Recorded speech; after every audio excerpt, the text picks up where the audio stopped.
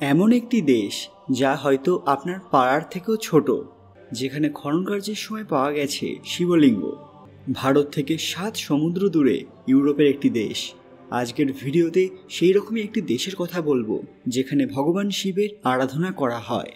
ইউরোপের এই দেশের জনসংখ্যা 1000-এর থেকেও কম, তবুও এদের নিজস্ব মুদ্রা আছে, রয়েছে নিজস্ব সেনাবাহিনী। হ্যাঁ বন্ধুরা, আপনারা ঠিকই ধরেছেন। কমেন্ট বক্সে হর হর মহাদেব লিখতে ভুলবেন না। সকলকে পুরাণ কথা নতুন একটি ভিডিওতে স্বাগত। আজকে আপনারা জানবেন এক রহস্যময় দেশের কথা। আমরা এই ভিডিওতে যে দেশ সম্পর্কে বলতে চলেছি তার নাম ভ্যাটিকান সিটি।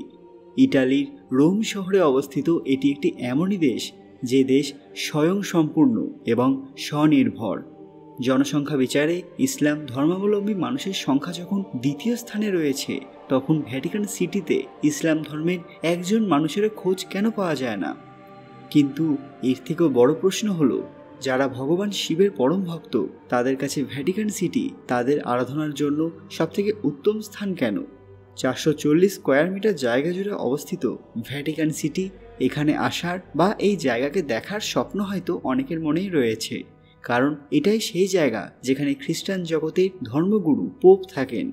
ইউনেস্কো এই জায়গাকে ওয়ার্ল্ড হেরিটেজ কান্ট্রির অন্যতম হিসেবে ঘোষণা করেছেন।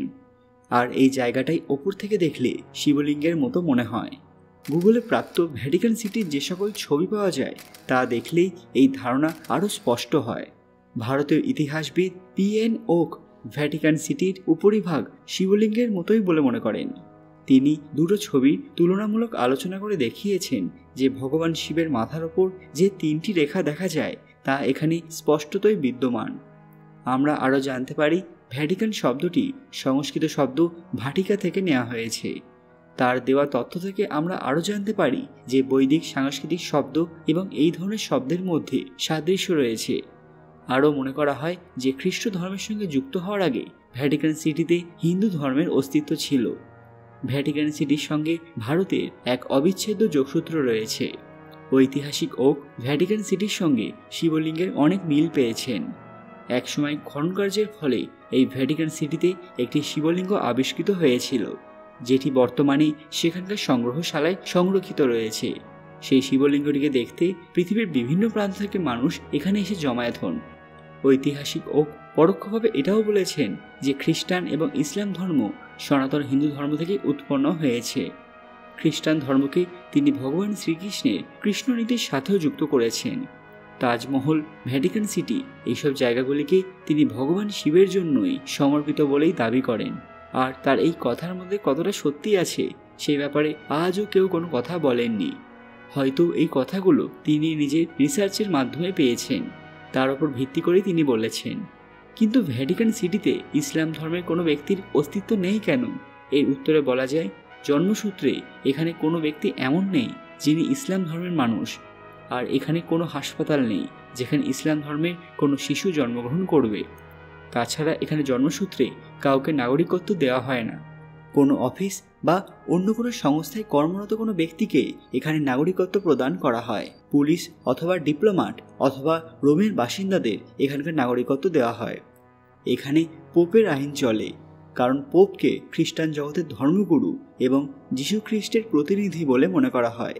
ভ্যাটিকান সিটি মানেই হলো পোপের নিবাসস্থল, যেখানে স্বয়ং ঈশ্বর বসবাস করেন। আর ঈশ্বরের বসবাসের জায়গা কারোর ব্যক্তিগত হতে পারে না। সেই কারণে এই জায়গাটিকে একটি আলাদা দেশ হিসেবে মর্যাদা দেওয়া হয়েছে। আর সবথেকে বড় কথা হলো, ভ্যাটিকান সিটির মানুষদের নিজস্ব মুদ্রা আছে, নিজস্ব সেনাবাহিনী আছে এবং তারা এই দেশের নাগরিকদের পাসপোর্ট প্রদান করে। 5 বছরের জন্য এই দেশের প্রেসিডেন্টকে পোপই নির্বাচন করে থাকেন। নগরপালিকা, ন্যায়পালিকা এবং বিধায়কদের পোপই নিয়োগ করে থাকেন। সব ধরনের ক্ষমতার অধিকারী হলেন পোপ। এই দেশে এই সব কিছুর ব্যবস্থা থাকার জন্য ইউনেস্কো এই দেশকে ওয়ার্ল্ড হেরিটেজ সাইট রূপে ঘোষণা করেছে। রোমান ক্যাথলিক চার্চের মুখ্য কেন্দ্র এই দেশটি। এখানকার রেডিও স্টেশন থেকে 30টি ভাষায় সারা বিশ্বে চার্চের সমস্ত খবর সম্প্রচার করা হয়।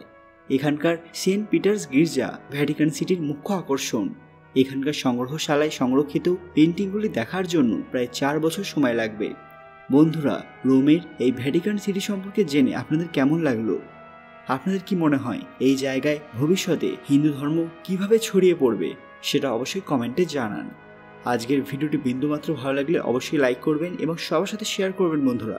আপনারা যদি এই ভ্যাটিকান সিটি সম্পর্কে আরও জানতে চান সেটাও কমেন্টে অবশ্যই জানাবেন। কমেন্ট বক্সে হর হর মহাদেব লিখতে ভুলবেন না। আরও এরকম অজানা তথ্য পেতে পুরাণ কথা অফিসিয়াল চ্যানেলটি মনে করে সাবস্ক্রাইব করে নেবেন। খুব তাড়াতাড়ি ফিরে আসবো নতুন একটি দরকারি ভিডিও নিয়ে। ততক্ষণ আপনারা এই ভিডিওগুলি দেখতে পারেন। ধন্যবাদ।